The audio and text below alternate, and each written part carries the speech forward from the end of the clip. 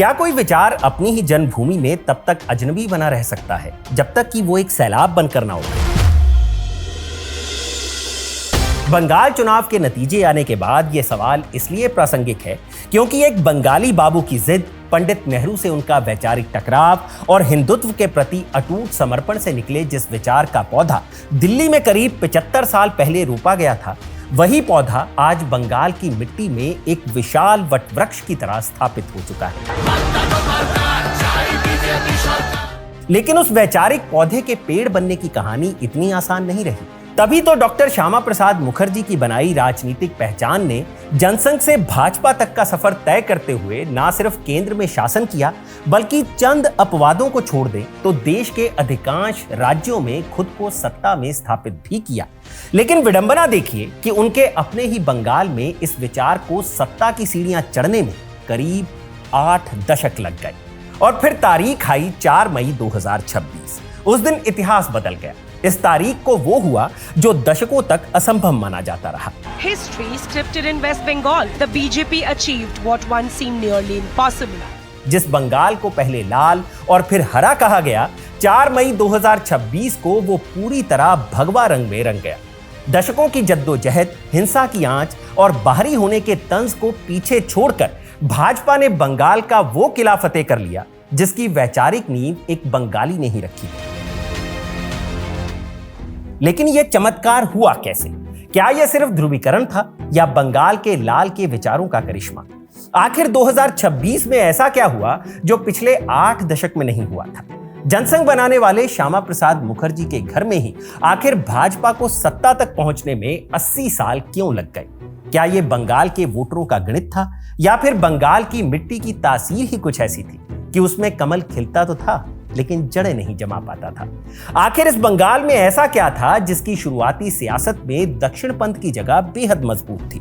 लेकिन पहले कांग्रेस और फिर 3 दशकों तक लाल रहा बंगाल दीदी के आंचल में तब तक सिमटा रहा जब तक कि भाजपा ने उस पूरे कैनवस को भगवा में तब्दील नहीं कर दिया। आखिर इस विडंबना की असली कहानी क्या है? जिस श्यामा प्रसाद मुखर्जी ने एक देश में 2 विधान, 2 प्रधान और 2 निशान नहीं चलेंगे का नारा देकर कश्मीर के लिए बलिदान दिया, उनके अपने राज्य बंगाल में भाजपा को सत्ता की दहलीज लांघने में इतनी पीढ़ियां क्यों खपानी पड़ी? और साल 2009 के बाद ऐसा क्या बदला कि धीरे धीरे भाजपा ने बंगाल में अपनी जड़ें मजबूत करनी शुरू कर दी? नमस्कार, मैं हूं भूपेंद्र सोनी और आप देख रहे हैं खबरगांव। किस्सा के इस एपिसोड में कहानी पूरे देश पर राज कर रही भारतीय जनता पार्टी के उस अध्याय की जिसकी शुरुआती इबारत बंगाल में ही लिखी गई, लेकिन जिसे बंगाल फतेह करने में 8 दशक लग गए। तो आज किस्सा में सुनाएंगे आपको कहानी बंगाल में कमल के उदय की।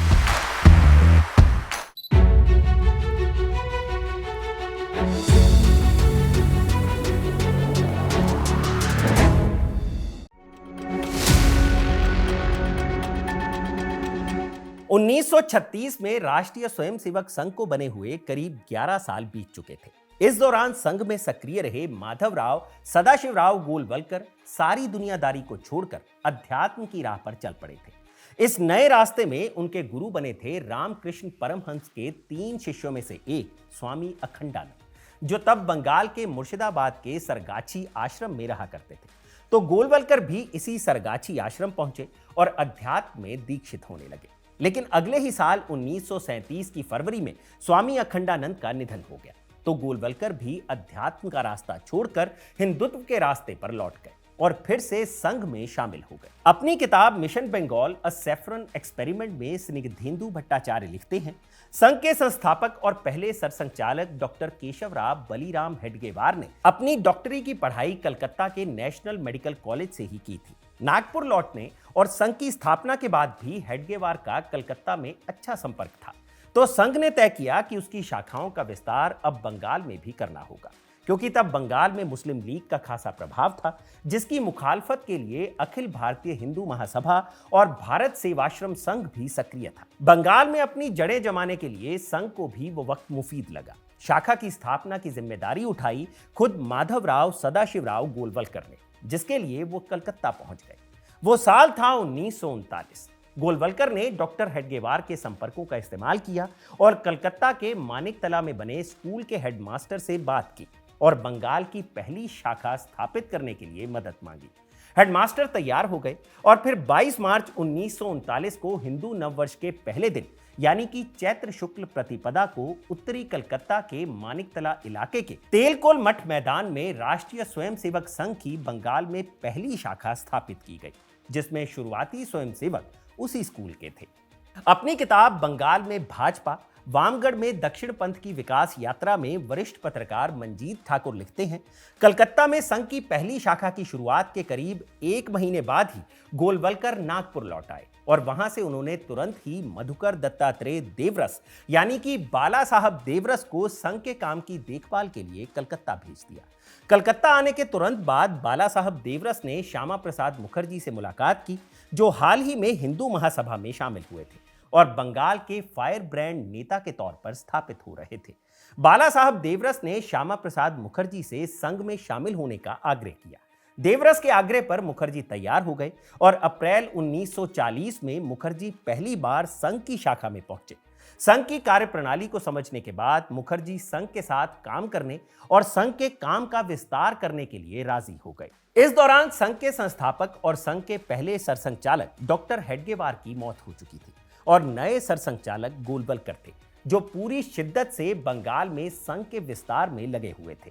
उनकी तरफ से बंगाल में विस्तार के लिए लगातार स्वयंसेवक भेजे जा रहे थे, जो नागपुर से आ रहे थे, लेकिन असली काम कलकत्ता के स्थानीय स्वयंसेवक जैसे कि जयदेव घोष और कालिदास बसु जैसे लोग कर रहे थे। इन लोगों की बदौलत साल 1944 तक संघ की शाखाओं का विस्तार बरहमपुर, नवद्वीप, बर्धवान, सूरी, उत्तरपाड़ा, मिदनापुर और मालदा के साथ साथ आज के बांग्लादेश के हिस्से मेमन सिंह और नवाबगंज तक हो गया था।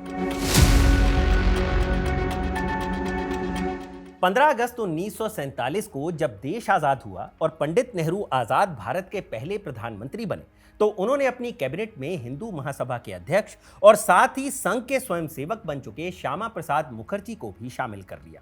तब नेहरू ने उन्हें उद्योग और आपूर्ति मंत्री बनाया था। इसके बावजूद पंडित नेहरू और श्यामा प्रसाद मुखर्जी के पहले से चले आ रहे मतभेद और भी गंभीर हो गए और जब साल 1950 में भारत के प्रधानमंत्री पंडित नेहरू और पाकिस्तान के प्रधानमंत्री लियाकत अली खान के बीच नेहरू लियाकत पैक्ट साइन हुआ, तो इसके विरोध में श्यामा प्रसाद मुखर्जी ने 8 अप्रैल 1950 को नेहरू मंत्रिमंडल से इस्तीफा दे दिया। तब उनका तर्क था कि पंडित नेहरू पूर्वी पाकिस्तान में हिंदुओं पर हो रहे अत्याचारों और उनके पलायन के मुद्दे पर सिर्फ इसलिए खामोश हैं कि कहीं मुस्लिम नाराज ना हो जाएं। श्यामा प्रसाद मुखर्जी का हिंदुत्व के प्रति जो समर्पण था, केंद्रीय मंत्रिमंडल से हुए इस्तीफे ने उसे और भी मजबूती दे दी और तब संघ को पहली बार ये लगा कि एक सहायक संगठन के जरिए वो खुद को राजनीति में भी स्थापित कर सकता है। खुद श्यामा प्रसाद मुखर्जी ने भी एक नई राजनीतिक पार्टी के लिए संघ के तत्कालीन सरसंघचालक माधवराव सदाशिवराव गोलवलकर से मुलाकात की। शुरुआती हिचक दिखाने के बाद गोलवलकर एक नई पार्टी बनाने के लिए तैयार हुए। पत्रकार मंजीत ठाकुर अपनी किताब में लिखते हैं, 21 अक्टूबर 1951 को दिल्ली के गोल मार्केट के रघुमल आर्य कन्या विद्यालय में करीब 200 लोगों की मौजूदगी में एक नई राजनीतिक पार्टी का गठन हुआ, जिसे नाम दिया गया भारतीय जनसंघ। श्यामा प्रसाद मुखर्जी जनसंघ के संस्थापक अध्यक्ष बनाए गए। तब गोलवलकर ने अपने सबसे अच्छे प्रचारकों में से एक दीनदयाल उपाध्याय को संघ से निकालकर जनसंघ को समर्पित कर दिया, क्योंकि संघ हो या जनसंघ, सबके सामने 1952 में होने वाला आजाद भारत का पहला आम चुनाव था, जिसमें जीत का मतलब उनकी प्रासंगिकता पर मुहर लगाना था। तो जनसंघ ने चुनाव की तैयारी शुरू कर दी। पार्टी को संगठन के तौर पर 4 हिस्सों में बांटा गया। उत्तरी जोन का जिम्मा संभाला बलराज मधोक ने, दक्षिणी जोन आया जगन्नाथ राव जोशी के पास, पश्चिमी जोन की जिम्मेदारी मिली सुंदर सिंह भंडारी को और पूर्वी जोन नानाजी देशमुख के हिस्से आया। श्यामा प्रसाद मुखर्जी तो अध्यक्ष थे ही।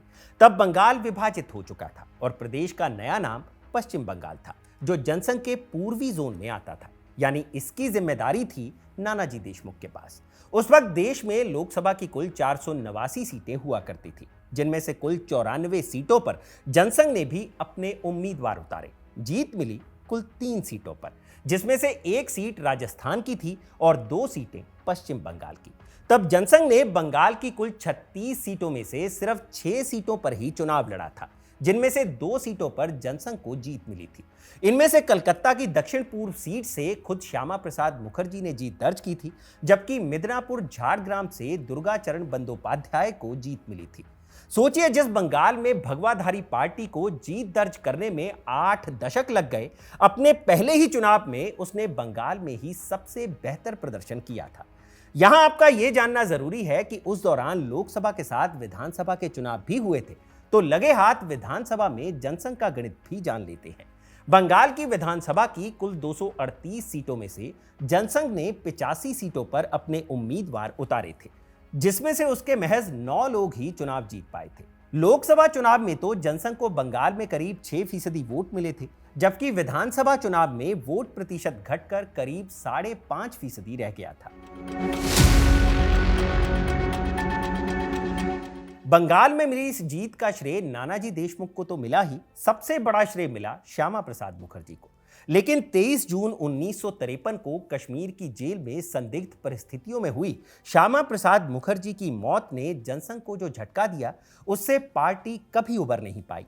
देश में नेतृत्व संभालने वाले लोग तो आ गए, संघ से आए नए नेताओं की फौज और खुद दीनदयाल उपाध्याय ने देश के बाकी हिस्सों में तो जनसंघ को संभाल लिया, लेकिन ये लोग बंगाल को नहीं संभाल पाए, क्योंकि बंगाल में मुद्दा विभाजन के बाद पूर्वी बंगाल से आए हिंदू शरणार्थियों की बढ़ती संख्या ही नहीं थी, बल्कि असल समस्या थी उन शरणार्थियों की जाति, जिसने हिंदुओं को ही एक दूसरे के खिलाफ खड़ा कर दिया था। जिसमें एक तरफ थे बंगाल के बारिसाल, ढाका और बिक्रमपुर क्षेत्र में बसे ऊंची जाति के हिंदू, और दूसरी तरफ पूर्वी बंगाल के बाकी हिस्सों में कथित तौर पर निचले सामाजिक तबके के लोग, जिनमें नामशूद्र, पोड, राजवंशी, कैवर्त, संताल और चकमा जाति के लोग भी बसे हुए थे। विभाजन के बाद इन दोनों ही जातियों के हिंदुओं को पश्चिम बंगाल आना पड़ा, लेकिन बंटवारे का दर्द भी इन्हें एक नहीं कर पाया। हिंदुत्व को एकजुट करने निकले संघ और जनसंघ के नेता इसी अंतर को परखने में चूक गए थे। यही चूक श्यामा प्रसाद मुखर्जी से भी हुई थी, क्योंकि पहले आम चुनाव में जनसंघ का प्रभाव उन इलाकों में ज्यादा रहा जहां शरणार्थी कम थे, जैसे कि बांकुड़ा और मिदनापुर। मुखर्जी को इस ताने बाने की जब तक थोड़ी समझ हो पाती, उनका निधन हो गया और उनके बाद के लोगों ने इस मुद्दे को समझने की जहमत तक नहीं उठाई। हालांकि श्यामा प्रसाद मुखर्जी के बाद भी जनसंघ के जो अध्यक्ष बने वो बंगाली बाबू ही थे, जिनका नाम था मौली चंद्र शर्मा। लेकिन वो भी बंगाल के हालात को वैसे नहीं समझ पाए जैसी समझ श्यामा प्रसाद मुखर्जी को थी। नतीजा ये हुआ कि संघ हो या जनसंघ, वो बंगाल की राजनीति से खारिज हो गया और बंगाल में कांग्रेस से नाराज लोगों का झुकाव वाम दलों की ओर हो गया, जिनकी राजनीति जनसंघ की हिंदुत्ववादी राजनीति से बिल्कुल उलट थी। जनसंघ का मुद्दा जहां पूर्वी पाकिस्तान से आए शरणार्थियों को हिंदुत्व के नाम पर एकजुट करना और उनमें प्रखर राष्ट्रवाद की भावना जगाना था, वहीं वाम दलों की पूरी राजनीति आए हुए शरणार्थियों के लिए रोटी, कपड़ा, मकान दिलाने की थी। इन दो विपरीत ध्रुवों की राजनीति में पेट की भूख राष्ट्रवाद पर भारी पड़ी और शरणार्थियों की बड़ी आबादी का झुकाव वाम दलों की ओर बढ़ता चला गया। साल 1957 में बंगाल में हुए लोकसभा और विधानसभा चुनाव ने इस बात पर मुहर भी लगा दी कि बंगाल के लोग अभी जनसंघ की राजनीति के लिए तैयार नहीं है। 1957 के लोकसभा चुनाव में श्यामा प्रसाद मुखर्जी की मृत्यु के बाद बंगाल से जनसंघ के इकलौते सांसद दुर्गाचरण बंदोपाध्याय ने चुनाव लड़ने से ही मना कर दिया। 5 नेता लोकसभा चुनाव लड़ने को तैयार हुए, जिसमें 3 की जमानत जब्त हो गई। 1952 में जिन 2 सीटों पर जनसंघ ने जीत दर्ज की थी, उनमें से एक मिदनापुर वाली सीट पर जनसंघ के उम्मीदवार अमय कृष्ण खान 5वें नंबर पर चले गए। हालात यहां तक बिगड़ गए कि कलकत्ता की जिस दक्षिण पूर्व सीट से श्यामा प्रसाद मुखर्जी सांसद चुने गए थे, वहां जनसंघ को चुनाव लड़वाने के लिए कोई उम्मीदवार ही नहीं मिला, जबकि इसी जनसंघ ने उस चुनाव में देश के अलग अलग हिस्सों में लोकसभा की कुल 4 सीटों पर जीत दर्ज की थी, जिसमें 2 सीटें उत्तर प्रदेश से थीं और 2 महाराष्ट्र की थी। लोकसभा तो छोड़िए, 1957 के बंगाल विधानसभा चुनाव में भी यही हाल था। 1952 के चुनाव में विधानसभा जीतने वाले 9 विधायकों में से भी महज 3 विधायक ही दोबारा चुनाव लड़ने को तैयार हुए। विधानसभा में जनसंघ ने कुल 33 सीटों पर उम्मीदवार उतारे थे। आखिरी वक्त पर एक उम्मीदवार ने नाम वापस ले लिया। नतीजे आए तो बचे हुए 32 में से 31 उम्मीदवारों की जमानत जब्त हो गई। सिर्फ एक उम्मीदवार गौरांग चंद्र सामंत सबांग सीट से दूसरे स्थान पर रहे और करीब 5000 वोटों के अंतर से चुनाव हार गए। यानी पिछले चुनाव में 9 विधानसभा जीतने वाला जनसंघ इस बार शून्य पर सिमट गया। 1962 के लोकसभा चुनाव में जहां जनसंघ देश में बेहतर प्रदर्शन करते हुए 14 लोकसभा सीटों पर जीत दर्ज कर देश की तीसरी सबसे बड़ी विपक्षी पार्टी बन गई, वहीं पश्चिम बंगाल में तस्वीर नहीं बदली। उस चुनाव में जनसंघ ने बंगाल की 4 लोकसभा सीटों पर अपने उम्मीदवार उतारे और चारों ही सीटों पर जनसंघ की जमानत जब्त हो गई। विधानसभा में भी जनसंघ के 25 उम्मीदवार चुनाव लड़ रहे थे, जिनमें से 24 कैंडिडेट अपनी जमानत तक नहीं बचा पाए। जनसंघ के गिरीन्द्रनाथ मंडल ही ऐसे इकलौते नेता थे जो अपनी जमानत बचाने में कामयाब रहे थे। वो संदेश खाली से विधानसभा चुनाव लड़ रहे थे। हालांकि अगले चुनाव आने तक बंगाल की सियासत लगातार करवट ले रही थी और कांग्रेस के लिए अब बंगाल में चुनौतियां खड़ी हो रही थी। 1967 में जब फिर से बंगाल में लोकसभा और विधानसभा के चुनाव होने थे तो देश में बहुत कुछ बदल चुका था। भारत चीन के साथ जंग हार चुका था। पहले पंडित नेहरू और फिर लाल बहादुर शास्त्री की मौत हो चुकी थी। इंदिरा गांधी के नेतृत्व में देश को पहली महिला प्रधानमंत्री मिल चुकी थी, जिन्हें उनके ही लोग गूंगी गुड़िया कहते थे। देश की सबसे बड़ी वामपंथी party communist party of India में भी टूट हो चुकी थी और एक नई पार्टी का जन्म हो चुका था, जिसे मार्क्सवादी कम्युनिस्ट पार्टी या सीपीएम कहा गया। बंगाल में कांग्रेस भी 2 हिस्सों में बंट चुकी थी, जिसमें अजय मुखर्जी के नेतृत्व में बांग्ला कांग्रेस का गठन हो चुका था और प्रणब मुखर्जी जैसे कद्दावर कांग्रेसी बांग्ला कांग्रेस का हिस्सा बन चुके थे। लेकिन उथल पुथल सिर्फ राजनीति में ही नहीं थी, बंगाल की आम जनता में भी थी। बंगाल में चावल की कीमत 5 रुपए प्रति किलो तक पहुंच गई। मिट्टी का तेल बाजार से गायब हो गया था और महंगाई के खिलाफ हुए आंदोलन में 15 साल के स्कूली बच्चे नूरुल इस्लाम की मौत से उपजे आक्रोश ने बंगाल में कांग्रेस की जड़ों को हिलाकर रख दिया था। उस चुनाव के दौरान बंगाल में सब कुछ बदला, लेकिन जो नहीं बदला वो था बंगाल में जनसंघ का छिटकता हुआ जनाधार। संयुक्त विपक्ष ने उस चुनाव में कांग्रेस को मात दे दी, जिसमें सीपीआई, सीपीएम, बांग्ला कांग्रेस, प्रजा सोशलिस्ट पार्टी, फॉरवर्ड ब्लॉक और कुछ छोटी पार्टियों के साथ ही निर्दलीय उम्मीदवार भी शामिल थे। संयुक्त मोर्चे ने चुनाव जीता और बांग्ला कांग्रेस के नेता अजय मुखर्जी मुख्यमंत्री बन गए, जबकि सीपीआई से टूटकर नई बनी पार्टी सीपीएम के नेता ज्योति बसु उस सरकार में उप मुख्यमंत्री बनाए गए। यह पहली बार था जब बंगाल में लेफ्ट पार्टी को सत्ता में साझेदारी मिली थी। लेकिन इतने बड़े बदलाव में भी जनसंघ को कुछ हासिल नहीं हुआ। उस चुनाव में जनसंघ ने 58 सीटों पर उम्मीदवार उतारे थे। इनमें से 52 सीटों पर जनसंघ की जमानत जब्त हो गई। सिर्फ एक सुरक्षित सीट गोसाबा से जनसंघ के उम्मीदवार रहे जीएन मंडल की जीत हुई थी। लोकसभा में भी ऐसा ही हाल था।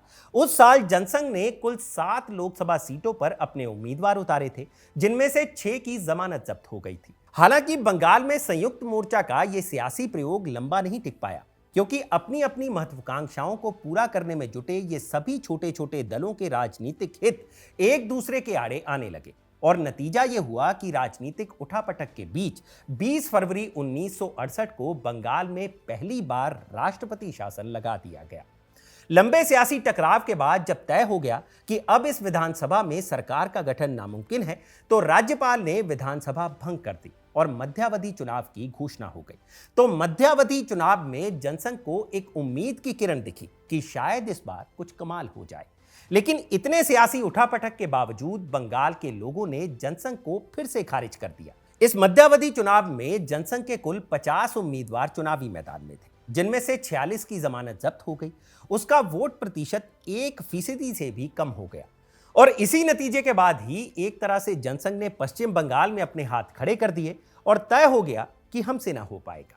यही वजह थी कि साल 1971 में जब बंगाल में फिर से विधानसभा के चुनाव हुए तो जनसंघ ने महज 23 सीटों पर ही अपने उम्मीदवार उतारे और उम्मीद के मुताबिक ही नतीजे आए, जिसमें 16 सीटों पर जमानत जब्त हो गई और महज एक जलांगी सीट पर जनसंघ के प्रफुल्ल कुमार सरकार ने जीत दर्ज कर बंगाल में दीपक जलाए रखा। अब यहां से आगे बढ़ते हैं आपातकाल के बाद हुए लोकसभा चुनाव की तरफ। इस चुनाव के दौरान जनसंघ ने जनता पार्टी में अपना विलय कर लिया था। मोरारजी देसाई के नेतृत्व में जब केंद्र में पहली गैर कांग्रेसी सरकार बनी तो जनसंघ के नेता भी उस सरकार का हिस्सा थे। अटल बिहारी वाजपेयी और लाल कृष्ण आडवाणी जैसे जनसंघ के कद्दावर नेता मोरारजी कैबिनेट का हिस्सा बने। ये पहली बार था जब जनसंघ ने सत्ता का स्वाद चखा था। लेकिन दिल्ली में हुए इस बदलाव का बंगाल पर कोई खास असर नहीं पड़ा। बंगाल में 1977 के विधानसभा चुनाव हुए तो वहां भी कांग्रेस के खिलाफ गुस्सा था, लेकिन बंगाल ने दिल्ली की तरह जनता पार्टी को मौका नहीं दिया। बंगाल की जनता को ना तो हल जोतता किसान नजर आया और ना ही जलता हुआ दीपक, बल्कि बंगाली जनता को दिखी गेहूं की बालियां, हंसिया हथौड़ा और वो लाल रंग जो बंगाल पर अगले 30 से 35 सालों तक छाया रहा। 1977 के चुनाव में ज्योति बसु के नेतृत्व में जब वामपंथ की सरकार बनी तो फिर वो ऐसी काबिज हुई कि उसकी दीवार को लांघना इंदिरा जैसी नेता के लिए भी नामुमकिन हो गया। फिर जनता पार्टी में विलय कर चुका जनसंघ तो अभी बंगाल में कोशिश ही कर रहा था। 1980 में जब जनता पार्टी का प्रयोग पूरी तरह से असफल हो गया तो जनसंघ के पुराने नेताओं ने फिर से एक नई कोशिश की और 6 अप्रैल 1980 को इस देश की राजनीति में एक नई सियासी पार्टी का उदय हुआ, जिसे नाम दिया गया भारतीय जनता पार्टी। बंबई के शिवाजी पार्क में जन्मी इस पार्टी के संस्थापक अध्यक्ष बने अटल बिहारी वाजपेयी, जिनका उस दिन का दिया हुआ नारा भारत के सियासी इतिहास के पन्नों पर सुनहरे अक्षरों में दर्ज हो गया। उस दिन अटल बिहारी वाजपेयी ने कहा, अंधेरा छटेगा, सूरज निकलेगा, कमल खिलेगा। उसी दिन तय हुआ था कि नई पार्टी का चुनाव चिन्ह भी नया होगा और जनसंघ के पुराने चुनाव चिन्ह जलते दीपक की बजाय भारतीय जनता पार्टी का नया चुनाव चिन्ह कमल होगा। संघ का अनुषंगित संगठन जनसंघ अब भाजपा बन चुका था और नई बनी पार्टी को जरूरत थी विस्तार की, जिसकी सबसे कमजोर कड़ी में से एक बंगाल भी था, जिसके लिए भाजपा कमर कस चुकी थी। भाजपा के नए नेतृत्व ने बंगाल की कमान सौंपी एक मास्टर को, जो 1977 में जनता पार्टी के टिकट पर इकलौते विधायक चुने गए थे। नाम था प्रोफेसर हरिपद भारती। लोग उन्हें प्यार से मास्टर मोशाय भी कहते थे। वो हावड़ा के हरिपद नरसिंह दत्त कॉलेज में प्रोफेसर हुआ करते थे। तो प्रोफेसर हरिपद भारती उर्फ मास्टर मोशाय को बंगाल बीजेपी का पहला अध्यक्ष बनाया गया।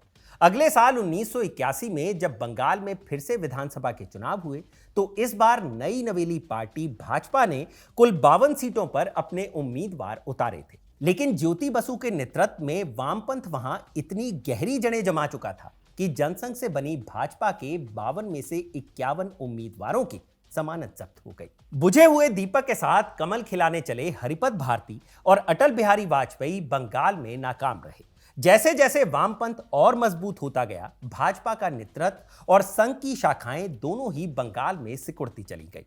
वामपंथ की जड़ें बंगाल में कितनी मजबूत थी, इसकी बानगी दिखी 1984 के लोकसभा चुनाव में। तब इंदिरा गांधी की हत्या हो चुकी थी और पूरे देश में कांग्रेस के प्रति सहानुभूति की लहर थी। इंदिरा के बड़े बेटे राजीव के नेतृत्व में हो रहे उस चुनाव में कांग्रेस ने अकेले दम पर 400 से भी ज्यादा सीटें जीती थी। लेकिन बंगाल में सहानुभूति की ये लहर काम नहीं आई। बंगाल की 42 सीटों में से वाम मोर्चा के हिस्से आई 26 सीटें और वहीं बंगाल में हरिपद भारती की जगह भाजपा के नए प्रदेश अध्यक्ष बने विष्णुकांत शास्त्री भी कोई कमल नहीं खिला सके। वजह बिल्कुल साफ थी, बंगाल तब तक वर्ग संघर्ष की राजनीति में आकंठ डूबा हुआ था। बात भद्रलोक की हो या श्रमिक वर्ग की, सबको अपनी मुक्ति का रास्ता मार्क्स में ही दिख रहा था। और यही वजह थी कि जिस बंगाली बाबू श्यामा प्रसाद मुखर्जी ने सांस्कृतिक राष्ट्रवाद की बात करते हुए जनसंघ की स्थापना की थी और जो 1980 में भाजपा के रूप में तब्दील हो गया था, उन्हीं मुखर्जी के शहर कलकत्ता के कॉफी हाउस की चर्चा में बात राष्ट्रवाद से ज्यादा सर्वाहार की क्रांति पर होती थी। तभी तो 90 के दशक में जब लाल कृष्ण आडवाणी ने सोमनाथ से अयोध्या तक की रथ यात्रा निकाली तो हिंदी पट्टी के तकरीबन सारे राज्यों में एक साथ हिंदुत्व का ज्वार उठा, लेकिन वो बंगाल की हुगली नदी को पार नहीं कर पाया। राम मंदिर को लेकर जब भाजपा ने आंदोलन शुरू किया तो उसे इसका फायदा भी मिला। राम के नाम पर भाजपा ने उत्तर प्रदेश से लेकर बिहार, मध्य प्रदेश, राजस्थान और गुजरात तक में अपनी जड़ें गहरी कर ली। लेकिन बंगाल में जय श्री राम के नारे से ज्यादा ताकतवर नारा जय बांग्ला का था, जिसकी सबसे बड़ी हिमायती सीपीएम थी। नतीजा, इस बार ज्योति बसु का बंगाली अस्मिता का दांव राम के नाम पर भारी पड़ गया और लोकसभा से लेकर विधानसभा तक सीपीएम का लाल रंग भगवा पर भारी पड़ता रहा। हालात ये थे कि राम के नाम पर बलिदान देने वाले दो बंगाली भाइयों शरद कोठारी और राम कुमार कोठारी की शहादत भी भाजपा को बंगाल में खड़ा करने में नाकाम रही। ये दोनों कार सेवक भाई 2 नवंबर 1990 को उत्तर प्रदेश पुलिस की गोली का शिकार हो गए थे। इन दो कार सेवकों की मौत ने पूरे उत्तर प्रदेश की सियासत को सर के बल खड़ा कर दिया था, लेकिन इसकी वजह से बंगाल को रत्ती भर भी फर्क नहीं पड़ा। चुनाव दर चुनाव बीतते रहे, बंगाल में वामपंथ और भी मजबूत होता रहा, भाजपा भी मजबूत होती रही, लेकिन सिर्फ इतनी कि 40-50 साल की संघ की मेहनत और जनसंघ के कैडर की वजह से उसे हाशिए पर ना धकेला जा सके। हाँ, वो कमजोर इतनी ही बनी रही कि सांसद तो छोड़िए, विधायक भी कभी दहाई की संख्या में नहीं पहुंच पाए। लेकिन यह स्थिति बदलने वाली थी, जिसकी सबसे बड़ी वजह बनी खुद ममता बनर्जी, जो आज बंगाल में भाजपा की सबसे बड़ी दुश्मन है।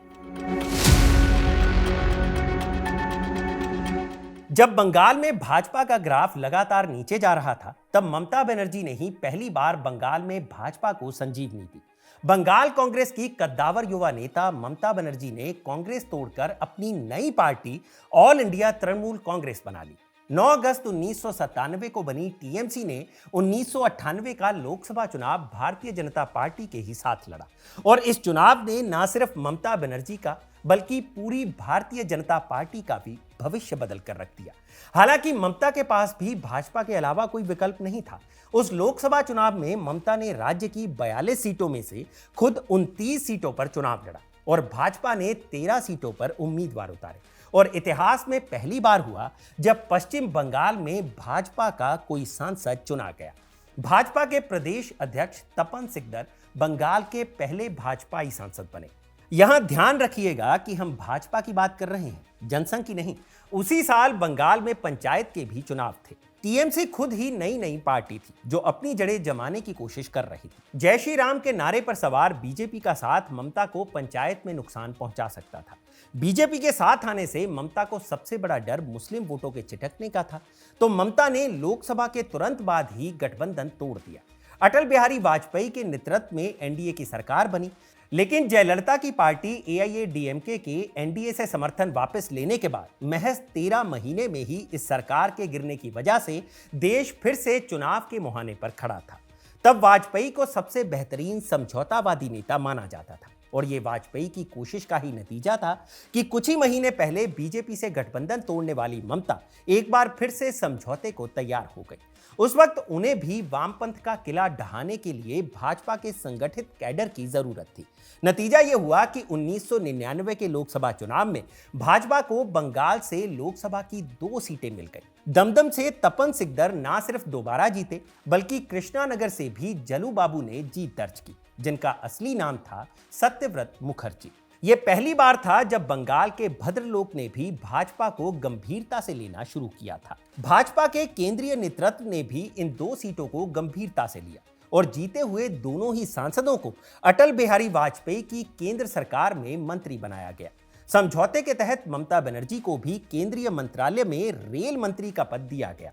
उम्मीद यही थी कि ममता के साथ आने से बंगाल में कमल की जड़ें गहरी हो जाएंगी, लेकिन राजनीति की बिसात इतनी सीधी नहीं होती, क्योंकि ममता बनर्जी को भी 2001 के विधानसभा चुनाव में अपना करिश्मा दिखाना था, और इसके लिए उनका धर्मनिरपेक्ष दिखना जरूरी था। राम मंदिर आंदोलन की वजह से भाजपा पर सांप्रदायिकता का जो ठप्पा लगा था, उससे बंगाल के लोग भाजपा को अब भी स्वीकार नहीं कर पा रहे थे। इस बीच तहलका के स्टिंग ऑपरेशन ने बीजेपी की छवि पर गहरा धब्बा लगा दिया। यह स्टिंग ऑपरेशन रक्षा सौदों में फैले भ्रष्टाचार को उजागर करने के लिए किया गया था। नतीजा यह हुआ कि ममता बनर्जी ने फिर से गठबंधन तोड़ दिया और फिर से उसी कांग्रेस के साथ चली गई, जिससे अलग होकर उन्होंने अपनी पार्टी बनाई थी। लेकिन तब कांग्रेस की कमान सोनिया गांधी के हाथ में आ गई थी, तो ममता को समझौते में कोई खास दिक्कत नहीं हुई। भाजपा से ममता के अलग होते ही बंगाल का वोटर भी भाजपा से अलग हो गया। नतीजा यह हुआ कि 2001 के विधानसभा चुनाव में भाजपा का सुपड़ा साफ हो गया। 2004 के लोकसभा चुनाव में जब भाजपा पूरे देश में डूबी, तो बंगाल भी उससे अछूता नहीं रहा, और भाजपा एक बार फिर से बंगाल में हाशिए पर चली गई। वामपंथ के मजबूत किले के बीच लड़ाई लड़ रही कांग्रेस के कमजोर होने से जो जगह बनी थी उसे भाजपा कभी भर नहीं पाई, जबकि ममता ने अपनी लड़ाका छवि के जरिए उस शून्य को भर दिया जो कांग्रेस की वजह से पैदा हुआ था। बंगाल की मिट्टी में लड़ाई अब सिर्फ दो लोगों के बीच थी, जिसके एक छोर पर वामपंथ था और दूसरे छोर पर दीदी की तृणमूल कांग्रेस। उधर कांग्रेस लगातार पिछड़ती जा रही थी और भाजपा लगातार हाशिए पर ही चलती जा रही थी।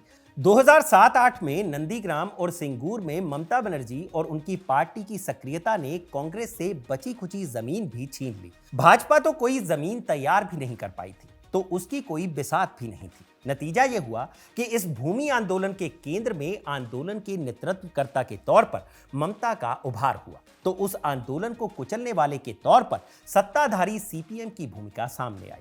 जब भाजपा को यह बात समझ आ गई कि नंदीग्राम और सिंगूर के जरिए उसे कुछ खास हासिल होने वाला नहीं है, तो उसने अपने कैडर को ममता बनर्जी के समर्थन में लगा दिया ताकि लाल झंडे के आतंक को खत्म किया जा सके। लेकिन इस बीच एक बड़ा बदलाव भाजपा के मातृ संगठन यानी कि राष्ट्रीय स्वयंसेवक संघ में भी हुआ था, जहां नेतृत्व परिवर्तन के बाद संघ की कमान मोहन भागवत के पास चली गई थी और अब संघ के नए सरसंघचालक मोहन भागवत थे, जो आगे चलकर बंगाल में भाजपा के उदय की नई इबारत लिखने वाले थे।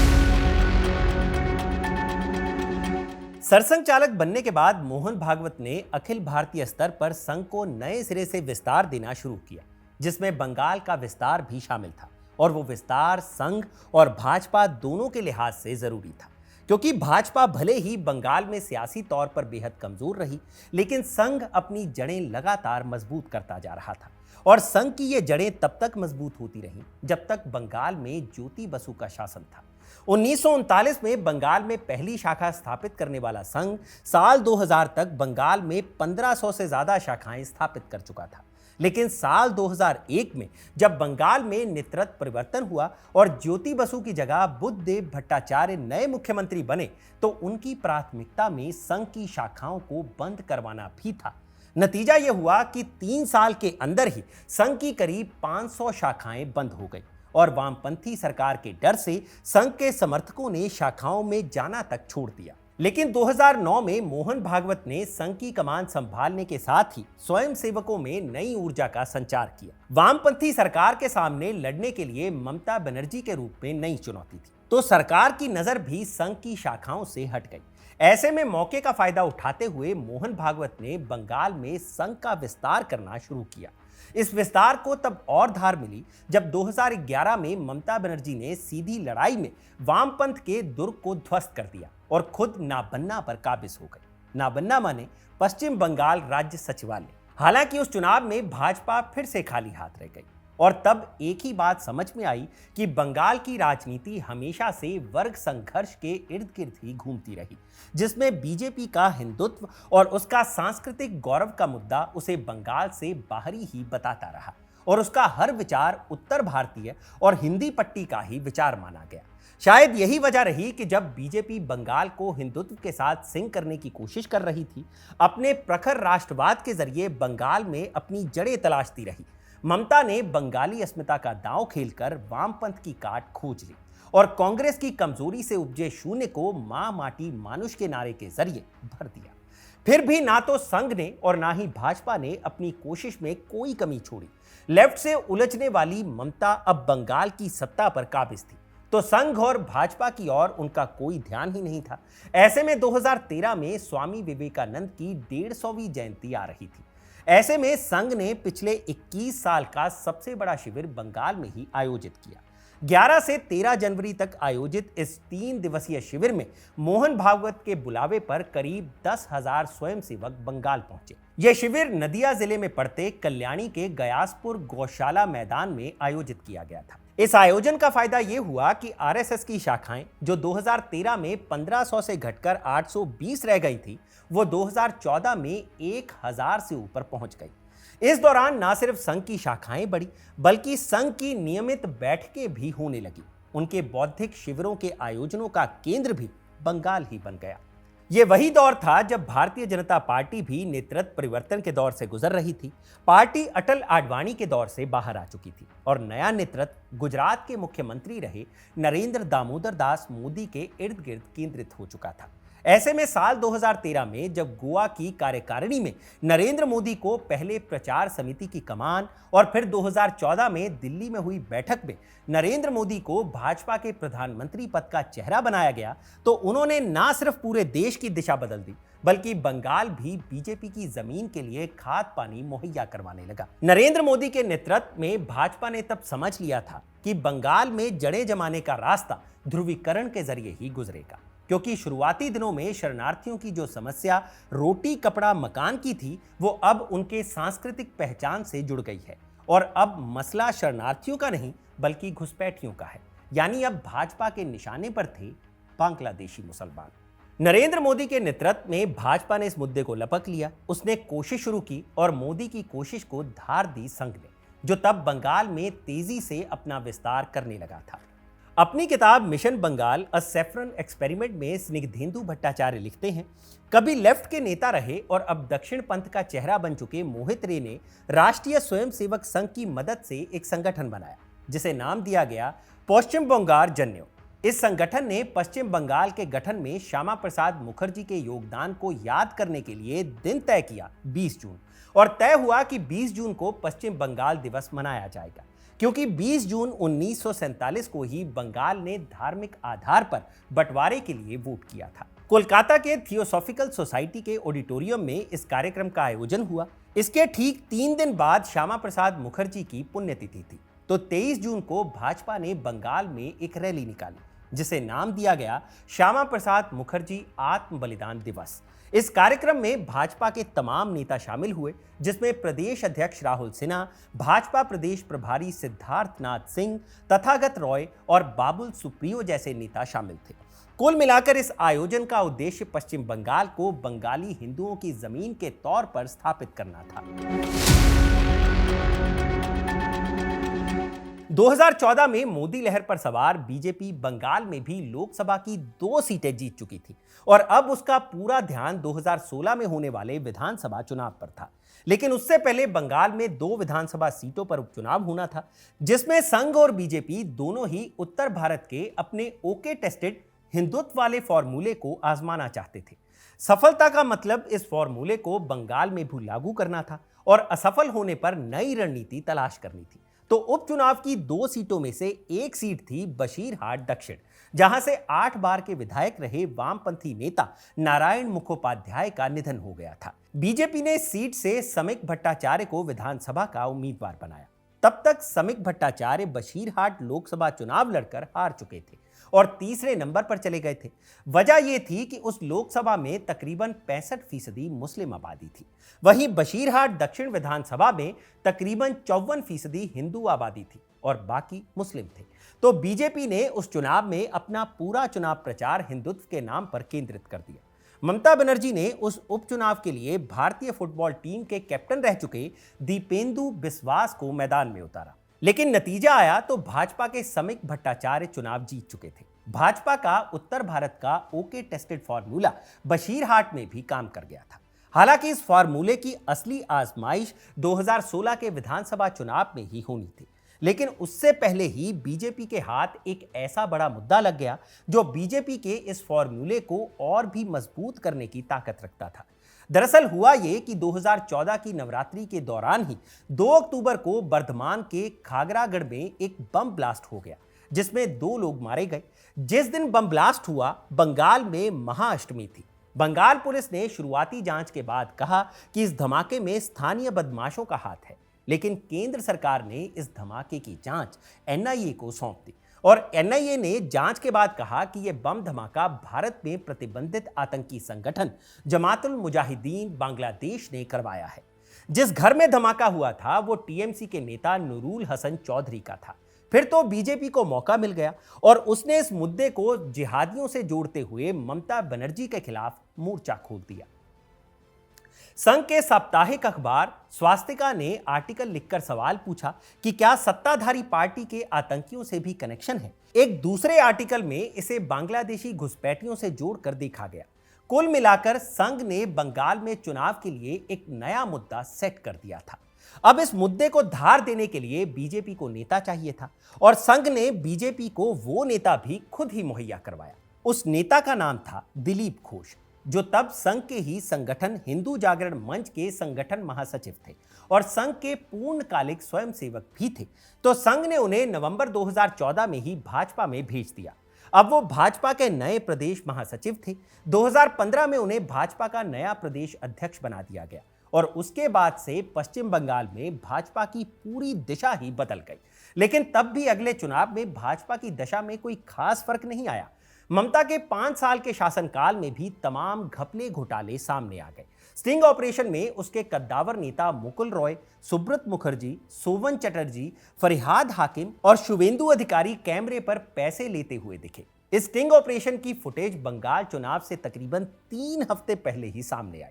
बीजेपी को एक और मुद्दा मिल गया। दिलीप घोष ने इस मुद्दे को भुनाने की कोशिश भी की, लेकिन वो नाकाम रहे। हाँ, इतना जरूर हुआ कि उस चुनाव में बीजेपी ने विधानसभा की कुल 3 सीटें जीत ली, जिसमें एक सीट खुद दिलीप घोष की थी। वो खड़गपुर सदर सीट से विधायक बने थे, जबकि 2 और लोगों में मदारीहाट से मनोज तिग्गा और वैष्णव नगर से स्वाधीन सरकार ने जीत दर्ज की थी। 7 सीटों पर बीजेपी दूसरे नंबर पर रही और 276 सीटों पर भाजपा के उम्मीदवार तीसरे नंबर पर रहे।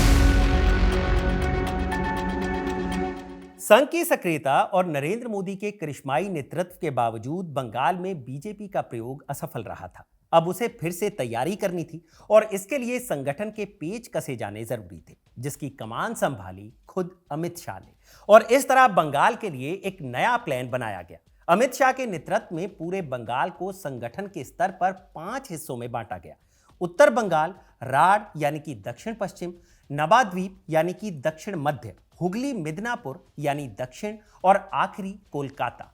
हर जोन में एक कमेटी बनाई गई। फिर इस कमेटी ने जिला स्तर पर अलग अलग कमेटियां बनाई। कई जगहों पर 2-2 कमेटियां बनी और जिस बंगाल में कुल 23 जिले थे, संगठन के स्तर पर भाजपा ने अपने लिए कुल 38 जिले बना दिए। फिर मंडल कमेटी बनी, बूथ कमेटी बनी, कुछ बूथ्स को मिलाकर शक्ति केंद्र बने। इसके लिए संघ से प्रचारकों को भेजा गया। संघ के और भी अनुषंगित संगठनों जैसे अखिल भारतीय विद्यार्थी परिषद और बजरंग दल को सक्रिय किया गया।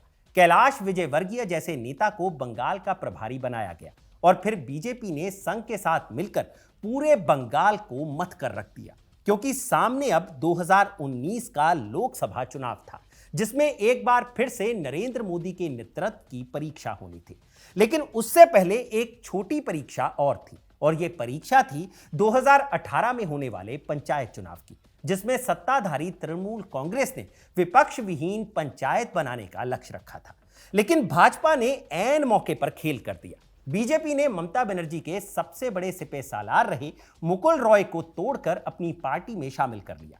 यही नहीं, भाजपा ने मुकुल रॉय को पंचायत चुनाव के लिए बनाई गई कमेटी का संयोजक भी बना दिया। उस पंचायत चुनाव में खूब हिंसा हुई। मामला कलकत्ता हाई कोर्ट से लेकर सुप्रीम कोर्ट तक पहुंचा। बम चले, गोलियां चली, मतपेटियों में स्याही डाली गई और जब नतीजे आए तो बीजेपी को कुछ खास हाथ नहीं लगा, क्योंकि उस पंचायत चुनाव में 824 जिला परिषदों में से 793 पर टीएमसी ने जीत दर्ज की थी, जबकि बीजेपी के हिस्से महज 22 सीटें आई थी। ऐसे नतीजों में बीजेपी के लिए सिर्फ एक ही संदेश था, और वो संदेश साफ था कि अब बंगाल में मुकाबला टीएमसी और बीजेपी के बीच ही होगा। 2019 के लोकसभा चुनाव में इसकी साफ साफ झलक देखने को मिली, क्योंकि उस चुनाव में ममता बनर्जी के भतीजे अभिषेक बनर्जी ने एक नारा दिया, 42 से 42, यानी कि टीएमसी 42 की 42 सीटें जीतेगी और ममता बनर्जी अब देश की अगली प्रधानमंत्री बनेगी। तब इस नारे का समर्थन करने वाले टीएमसी के दूसरे बड़े और कद्दावर नेता शुवेंदु अधिकारी भी थे, जो ममता बनर्जी को प्रधानमंत्री बनाने का ख्वाब पाले हुए थे। दोनों ही लोग बार बार कहते थे कि 2019 में वो मौका है जब एक बंगाली इस देश का प्रधानमंत्री बनेगा। तब अमित शाह के नेतृत्व में भाजपा ने एक नया नारा दिया, कहा 19 में हाफ, 21 में साफ। यानी कि बीजेपी 2019 में बंगाल की 42 में से 21 लोकसभा सीटें जीतेगी और 2021 में बीजेपी बंगाल विधानसभा में जीत दर्ज कर अपनी सरकार बनाएगी। बीजेपी ने उस चुनाव में कुल 23 लोकसभा सीटें जीतने का लक्ष्य रखा था और संभावित 22 लोकसभा सीटों पर बीजेपी 2018 से ही तैयारी कर रही थी। इसके लिए बकायदा 2 अप्रैल 2018 को दक्षिण कोलकाता के माहेश्वरी सदन में एक मीटिंग बुलाई गई, जिसमें संघ से कृष्ण गोपाल, बदला भगैया और विद्युत मुखर्जी शामिल थे। तो बीजेपी से रामलाल, कैलाश विजयवर्गीय और शिव प्रकाश को शामिल किया गया था। सितंबर 2018 में तकरीबन 25 विस्तारकों को गुजरात में ट्रेनिंग के लिए ले जाया गया, जहां गुजरात बीजेपी के प्रदेश अध्यक्ष जीतू वाघनानी ने उन्हें चुनावी ट्रेनिंग दी। संघ ने विस्तारकों, प्रचारकों की फौज उतारी तो भाजपा ने अपने नेताओं की। उधर ममता बनर्जी भी बीजेपी को रोकने की भरपूर कोशिश कर रही थी। जब बीजेपी ने बनगांव लोकसभा के ठाकुर नगर में 2 फरवरी 2019 को नरेंद्र मोदी की रैली के लिए परमिशन मांगी, तो उससे पहले ही टीएमसी सांसद ममता ठाकुर ने उसी मैदान में कीर्तन करने की इजाजत प्रशासन से ले ली। योगी आदित्यनाथ के हेलीकॉप्टर को लैंड करने की इजाजत नहीं मिली। वहीं झारखंड के मुख्यमंत्री रह चुके अर्जुन मुंडा को भाषण से पहले ही पुलिस ने रोक दिया। अमित शाह की रैली में आई बसों के शीशे तक तोड़े गए। लोकसभा चुनाव की घोषणा से पहले ही बीजेपी और टीएमसी का टकराव दिखने लगा था। लेकिन भाजपा ने भी ऑपरेशन कमल शुरू कर दिया था, जिसका नतीजा यह हुआ कि धीरे धीरे टीएमसी के नेता ममता का साथ छोड़कर भाजपा के साथ आने लगे, जिससे बीजेपी ने मनोवैज्ञानिक बढ़त बना ली। मुकुल रॉय पहले ही बीजेपी में जा चुके थे। जनवरी 2019 में टीएमसी के विष्णुपुर से सांसद रहे सौमित्र खान बीजेपी में शामिल हो गए। बोलपुरा सांसद अनुपम हजारा भी बीजेपी के साथ आ गए। खगेन मुर्मू, दुलाल बर, निशित अधिकारी जैसे बड़े नाम अब बीजेपी के साथ थे। टीएमसी के कद्दावर नेता अर्जुन सिंह भी चुनाव से पहले बीजेपी के साथ हो लिए। और जब 2019 के लोकसभा चुनाव के नतीजे आए, तो ना सिर्फ नरेंद्र मोदी के नेतृत्व में बीजेपी को देश में अकेले दम पर बहुमत मिला, बल्कि बंगाल में भी भाजपा ने 42 में से 18 सीटों पर अकेले दम पर जीत दर्ज की। यह नतीजे भले ही भाजपा और संघ के तय किए गए आंकड़े 23 से 5 कम थे, लेकिन यह नतीजे इतने बड़े तो जरूर थे कि अब बंगाल में भाजपा को कोई हाशिए पर नहीं धकेल सकता था। अब बंगाल के लिए भाजपा की अनदेखी करना नामुमकिन हो गया था। इस बात की जितनी समझ भाजपा को थी, ममता को भी उस बात की उतनी ही समझ हो चली थी। लिहाजा 2 साल बाद 2021 में होने वाला विधानसभा का चुनाव अब और भी मुकाबले का होने वाला था, क्योंकि ममता को भाजपा के सामने अपनी सत्ता बचानी थी और भाजपा को अपने संस्थापक श्यामा प्रसाद मुखर्जी के घर में कमल खिलाना था। दोनों ओर से कोशिशें शुरू हुई। भाजपा ने अपनी तैयारी शुरू की। करीब 77,000 बूथों के लिए अलग से प्रभारी नियुक्त किए गए। हर बूथ प्रभारी के घर के सामने उनका नेम प्लेट लगाया गया। टीएमसी जैसी सरकार में नेम प्लेट लगाकर खुद को सरकार विरोधी घोषित करना अपने आप में बड़े साहस का काम था। लेकिन 2019 की लोकसभा जीत ने भाजपा के कार्यकर्ताओं को वो साहस दिया कि वो खुलेआम टीएमसी के खिलाफ खड़े हो सकते थे। अपनी किताब बंगाल में भाजपा, वामगढ़ में दक्षिण पंथ की विकास यात्रा में मंजीत ठाकुर लिखते हैं, भाजपा ने राज्य के हर विधानसभा क्षेत्र को पार्टी मुख्यालय के हेल्पलाइन नंबर और इंटरनेट से जोड़ दिया। मकसद ये था कि अगर कहीं टीएमसी के लोग धमकाने के लिए आए तो भाजपा कार्यकर्ताओं को पता चल जाए और वो मदद के लिए पहुंच सके। भाजपा ने अपने कार्यकर्ताओं की 2 श्रेणियां बनाई थी। पहली श्रेणी में 3 से 5,000 लोग होते थे, जो राज्य में आने वाले नेताओं के स्वागत में लगाए जाते थे। दूसरी श्रेणी में 5 से 25,000 लोग होते थे, जो किसी भी सभा में विरोधी दलों के लोगों को कंट्रोल करने के लिए लगाए जाते थे। मकसद सिर्फ एक था कि अब टीएमसी से डरना नहीं है, बल्कि उससे डटकर मुकाबला करना है। इसके लिए भाजपा ने अनौपचारिक तौर पर एक नारा भी दिया, झोंपड़ी झोंपड़ी भाजपा, खोपड़ी खोपड़ी भाजपा। एक और बात अलग हुई, अब अभिवादन में राम राम और जय श्री राम के नारे भी सुनाई देने लगे, जो बंगाल का चरित्र नहीं था। नया चुनावी नारा भी आया कि कृष्ण कृष्ण हरे हरे, पद्म फूल घरे घरे। कमल को बांग्ला में पद्म कहते हैं, तो कमल की जगह पद्म को ही नारे में इस्तेमाल किया गया। रामनवमी के जुलूस में हथियार शामिल होने लगे। भाजपा के राष्ट्रीय अध्यक्ष जेपी नड्डा ने हर घर से 1 मुट्ठी चावल मांगने की योजना शुरू की, जिसमें घर का मतलब हिंदू घर था। कुल मिलाकर हिंदू वोट बैंक को अपनी तरफ लाने की हर कोशिश की गई, जिसमें हिंदुत्व के मुहाने पर बीजेपी बैठी थी, तो उसके मुकाबले में ममता को सबका वोट चाहिए था। बाकी नरेंद्र मोदी खुद ही अलग अलग मतदाताओं के समूह को बीजेपी के पक्ष में करने की कोशिश कर रहे थे। इसी के तहत वो मतुआ समुदाय के वोट हासिल करने के लिए बांग्लादेश के ओराकांडी के ठाकुरबाड़ी तक गए थे, जो मतुआ समुदाय का सबसे अहम तीर्थ स्थल था। जातिगत आधार पर भी बीजेपी ने सारे समीकरण साध कर ही अपने प्रत्याशी तय करने शुरू किए। इस बीच भाजपा ने ममता बनर्जी के साथ एक और ऐसा खेला किया जिससे लगा कि ममता बनर्जी का पूरा करिश्मा ही खत्म हो जाएगा, क्योंकि तब भाजपा ने ममता बनर्जी के उन कद्दावर नेताओं को तोड़ दिया जिनके बारे में खुद बीजेपी भी कभी नहीं सोच पा रही थी। इनमें सबसे बड़ा नाम शुवेंदु अधिकारी का था, जो मुकुल रॉय के टीएमसी छोड़ने के बाद ममता बनर्जी के सबसे करीबी थे। लेकिन पार्टी में अभिषेक बनर्जी के बढ़ते प्रभाव के चलते शुवेंदु अधिकारी को हाशिए पर धकेल दिया गया था, जिसकी वजह से शुवेंदु अधिकारी ने भाजपा का दामन थाम लिया। इसके अलावा माकपा और टीएमसी के और कई नेताओं को भी भाजपा में शामिल करवा लिया गया। रही सही कसर बीजेपी ने अपने पुराने कद्दावर नेताओं को चुनावी मैदान में उतारकर पूरी कर दी, जिसमें 2019 में लोकसभा जीतने वाले 3 सांसद लॉकेट चटर्जी, बाबुल सुप्रियो और निशित प्रमाणिक के अलावा राज्यसभा सांसद स्वप्न दास गुप्ता को भी विधानसभा का उम्मीदवार बना दिया गया। इसमें सबसे बड़ी चुनौती बने शुवेंदु अधिकारी, जो नंदीग्राम में ममता बनर्जी के खिलाफ चुनाव लड़ने को तैयार हो गए। भाजपा में शुवेंदु का कद इतना बड़ा हो गया कि मुकुल रॉय को दिक्कत होने लगी और वो फिर से टीएमसी में लौट गए। जब 2021 के विधानसभा चुनाव के आखिरी नतीजे आए तो शुवेंदु अधिकारी ने ममता बनर्जी को नंदीग्राम में मात दी थी। उस चुनाव से पहले भाजपा के केंद्रीय नेताओं ने नारा दिया था, अब की बार 200 पार। लेकिन अपनी पूरी कोशिश के बावजूद भाजपा 77 सीटों पर सिमट गई, जबकि 2016 में 2011 सीटें जीतने वाली ममता बनर्जी खुद की हार के बावजूद पार्टी के लिए कुल 215 सीटें लेकर आई और लगातार तीसरी बार राज्य की मुख्यमंत्री बनी। लेकिन भाजपा के लिए सिल्वर लाइनिंग ये थी कि उसने ऐसी रणनीति बनाई कि ममता बनर्जी तक को हार का मुंह देखना पड़ा। इसके बाद आया 2024 का लोकसभा चुनाव। भाजपा के लिए करो या मरो का चुनाव था, क्योंकि दांव पर सिर्फ बंगाल ही नहीं बल्कि केंद्र की भी सत्ता थी। तो भाजपा ने इस चुनाव को केंद्रीय स्तर पर जैसे लड़ा, लेकिन बंगाल में भाजपा ने इस चुनाव को सत्ता के सेमीफाइनल की तरह लड़ना तय किया।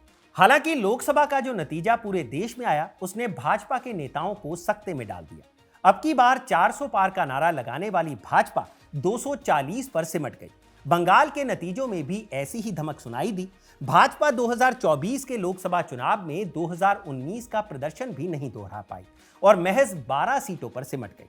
ममता बनर्जी ने 29 सीटें जीतकर ना सिर्फ अपनी धमाकेदार मौजूदगी दर्ज करवाई, बल्कि एक बार फिर से यह साबित करने की कोशिश की कि बंगाल की जमीन पर कमल खिल तो सकता है, लेकिन वो लंबे वक्त तक टिक नहीं सकता।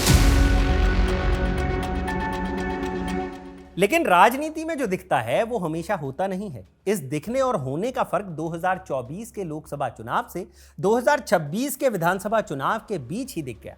ममता बनर्जी की सरपरस्ती में हुए संदेश खाली की वारदात और उसके बाद उस वारदात के मुख्य आरोपी को बचाने की जुगत में लगी ममता बनर्जी की कोशिशों से बंगाल की वो महिलाएं आहत हो गई जो ममता को सच में अपनी दीदी समझती थी। रही सही कसर आरजी कर में हुई महिला डॉक्टर की हत्या ने पूरी कर दी, जिसे बलात्कार के बाद जान से मार दिया गया था। ऐसी वारदातों ने महिलाओं के उस मौन वोट बैंक को झकझोर दिया जो कभी ममता बनर्जी की सबसे बड़ी ताकत हुआ करता था। और फिर बंगाल में एक नया नारा धीरे धीरे घर करने लगा, चुपचाप कमल छाप। बाकी भ्रष्टाचार भी बंगाल की राजनीति में एक बड़ा मुद्दा बन गया, जिसमें शिक्षक भर्ती घोटाले में ममता बनर्जी के मंत्री तक जेल गए। कोयला घोटाले की आंच ममता बनर्जी की पार्टी की पॉलिटिकल कंसल्टेंसी फर्म आईपैक तक पहुंच गई और तब भाजपा ने फिर से अपनी रणनीति बदली। चुनाव लड़ने के लिए अपनाए जा रहे हथकंडों को बदला, कोर्स करेक्शन किया और पूरी लड़ाई को जय श्री राम बनाम जय बांग्ला से बाहर निकालकर भ्रष्टाचार बनाम सुशासन और घुसपैठ बनाम नागरिकता में तब्दील कर दिया।